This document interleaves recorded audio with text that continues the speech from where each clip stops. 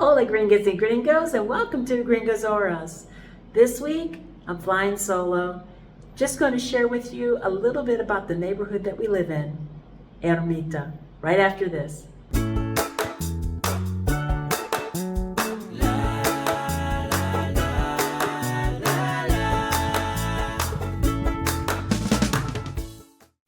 This is the story of the neighborhood in which we live just south of Centro in Mérida. This is Mérida's first Barrio Mágico, Ermita.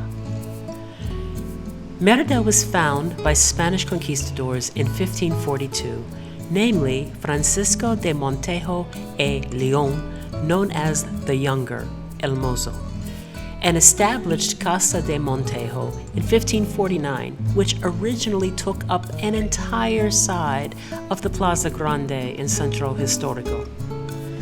The city was founded on the site of the ancient Mayan city of Tahoe, which was over 2,000 years old.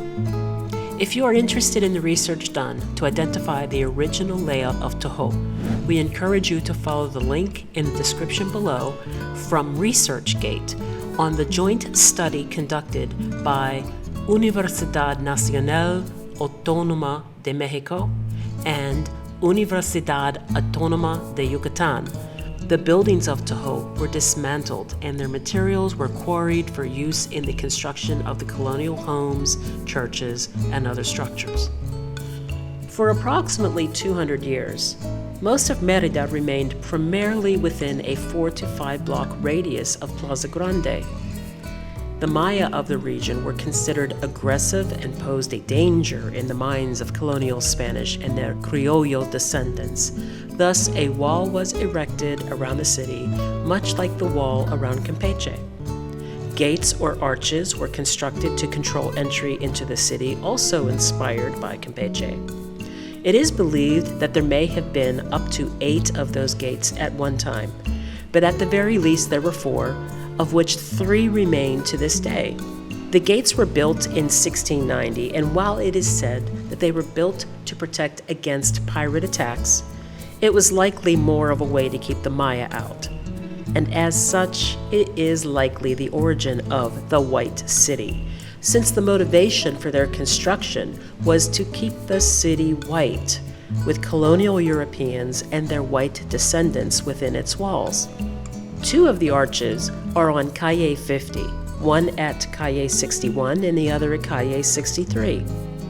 If you walk south of Plaza Grande on Calle 62, you will come to La Iglesia de San Juan Bautista, the Church of John the Baptist. Walking through Parque de San Juan, you will arrive at the third and most significant of these gates, El Arco de San Juan. This gate on Calle 64 was rebuilt in 1790. Here's a lovely photo of the gate from 1899. Noted for being the largest of its kind, this gate was the exit from what used to be the boundaries of Mérida to the Camino Real a Campeche, the royal road to Campeche. And that journey to Campeche was fraught with danger once you passed through that gate. This is where the story of Ermita begins. La Ermita de Santa Isabel is located at the intersection of Calle 66 and 77. It was finished by 1749 and was initially called Ermita de Nuestra Señora del Buen Viaje, Our Lady of the Good Journey. It was on the outskirts of Mérida at the time, outside of the city walls. It became a stopping point along the royal road for travelers to pray for a safe journey to Campeche or to give thanks for a safe arrival to Mérida.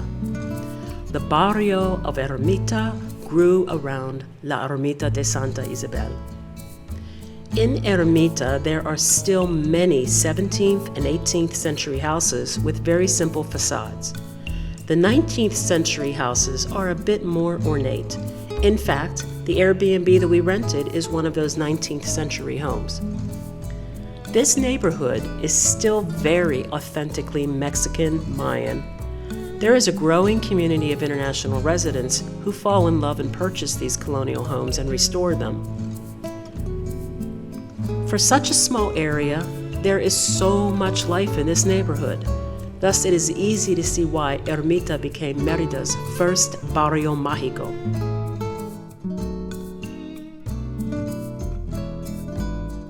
Barrio Mágico is a program that recognizes cultural significance of Mexico's more urban locations that typically rule them out for the Pueblos Mágicos program. Both Mágicos programs are primarily geared toward boosting tourism and economy. Ermita, along with San Sebastián and Xcalachén, represent a microcosm of the city of Mérida. Its history is evident in the historic cobblestone streets, colonial buildings, the Arco de San Juan, Camino Rael, the General Cemetery, and the simple yet beautiful churches of Ermita de Santa Isabela and Parroquia de San Sebastián. At La Ermita, to the right of the church and directly across from the Jardín and Park, there is a botanical garden hidden behind this wooden door, but it's always closed. We've heard that you can knock on the door and someone will let you in to look around, but that hasn't happened to us yet.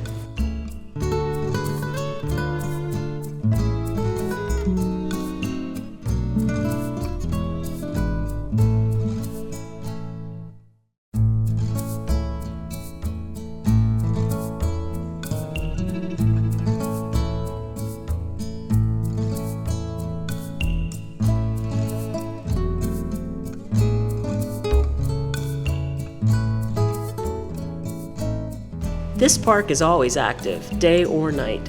In fact, most recently, it was one of the main locations of Noche de Carnaval.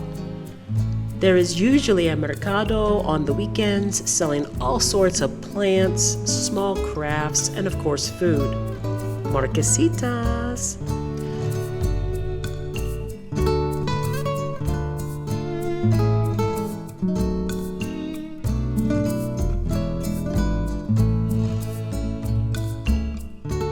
There are also a number of parades that have occurred to and from this location.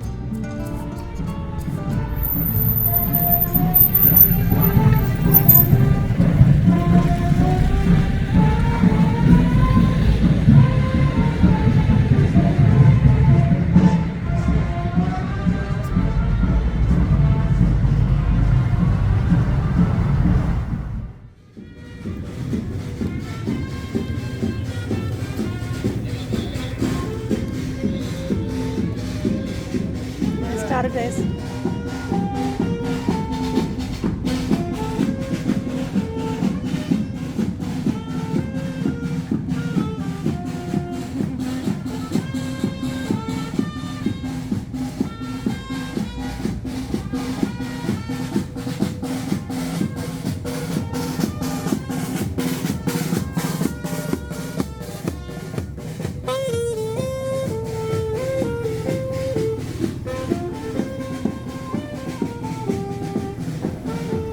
That one's for sale.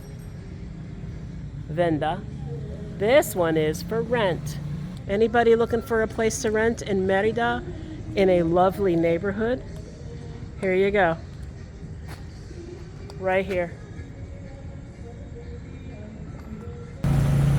Somebody wants to put in the time to restore this building.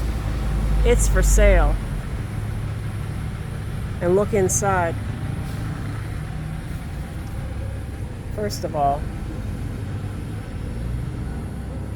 look at that. See if I can get a better view.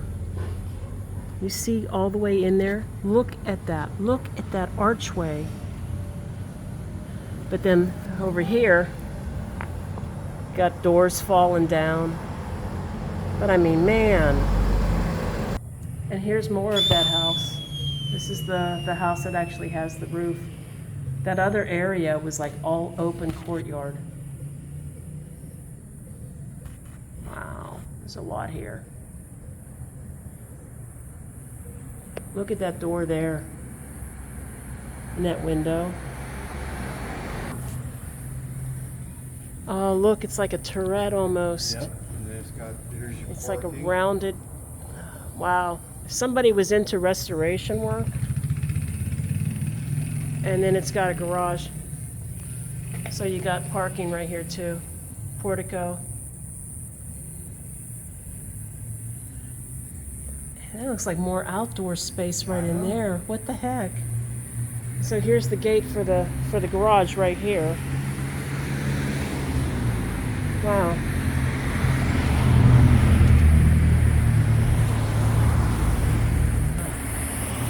But this door's open too, like there's nobody in it.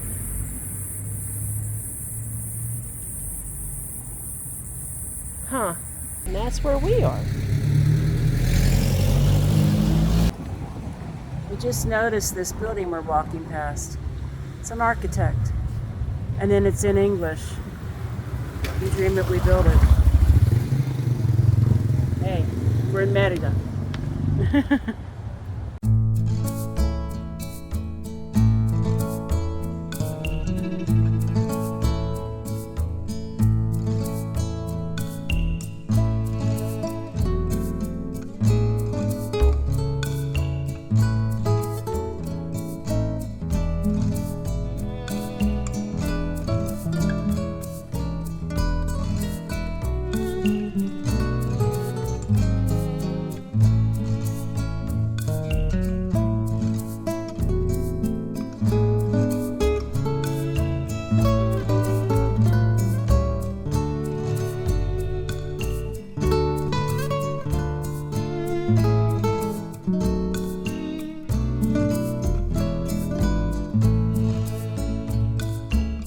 Just 2 blocks to the west of La Ermita sits Parque de San Sebastián.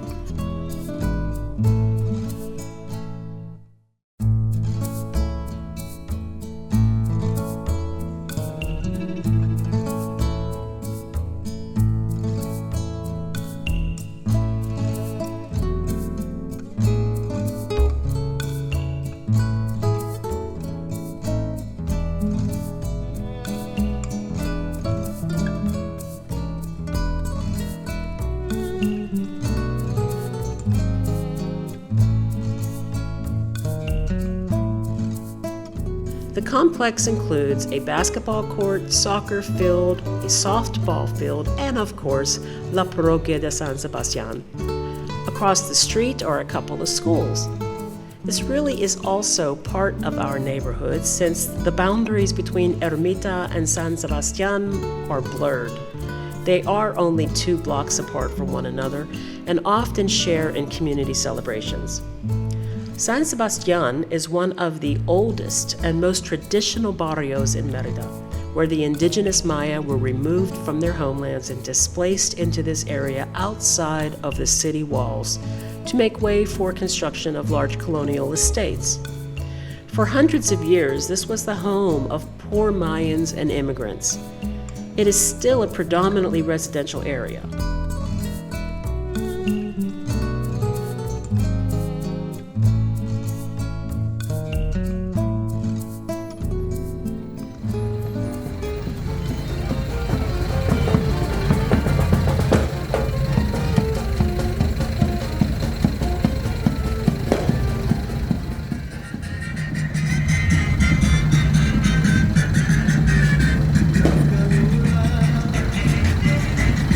See ya.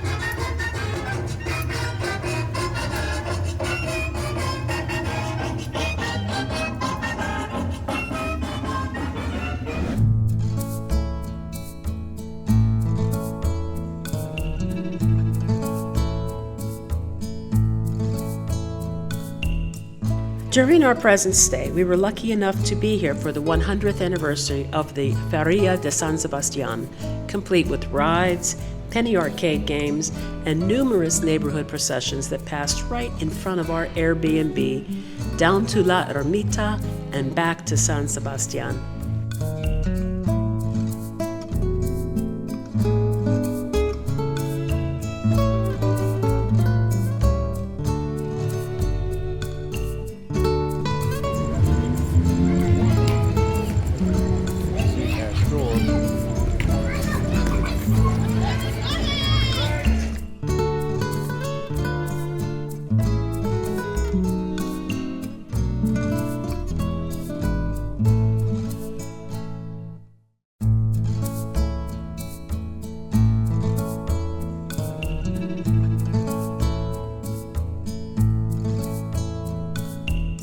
The Parroquia de San Sebastián is dedicated to La Virgen de la Asunción, Our Lady of the Assumption.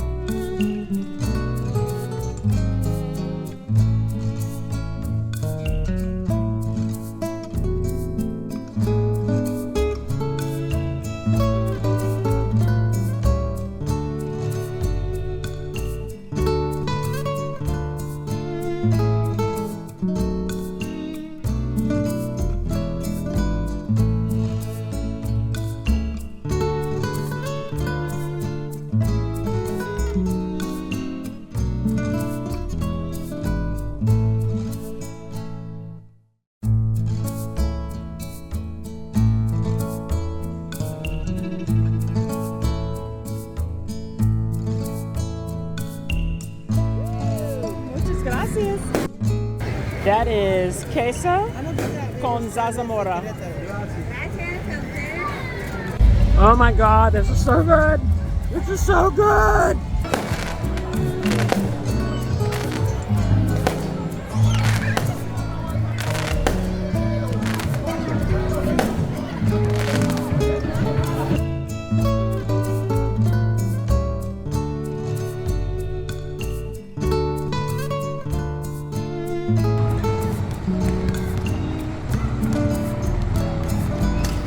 This neighborhood is also the birthplace of Panuchos, a refried bean stuffed tortilla topped with meat, onions, lettuce, tomato, maybe cucumber, and some avocado too.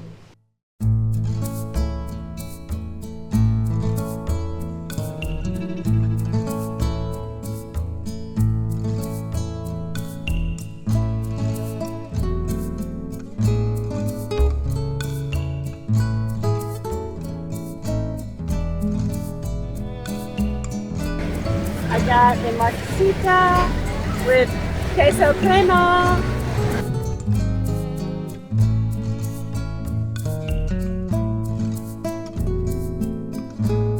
Despite the number of churches that surround the Barrio of Ermita with the numerous celebrations and processions, this is a quiet area of Mérida, full of historic charm, traditional colonial homes, and regional pride.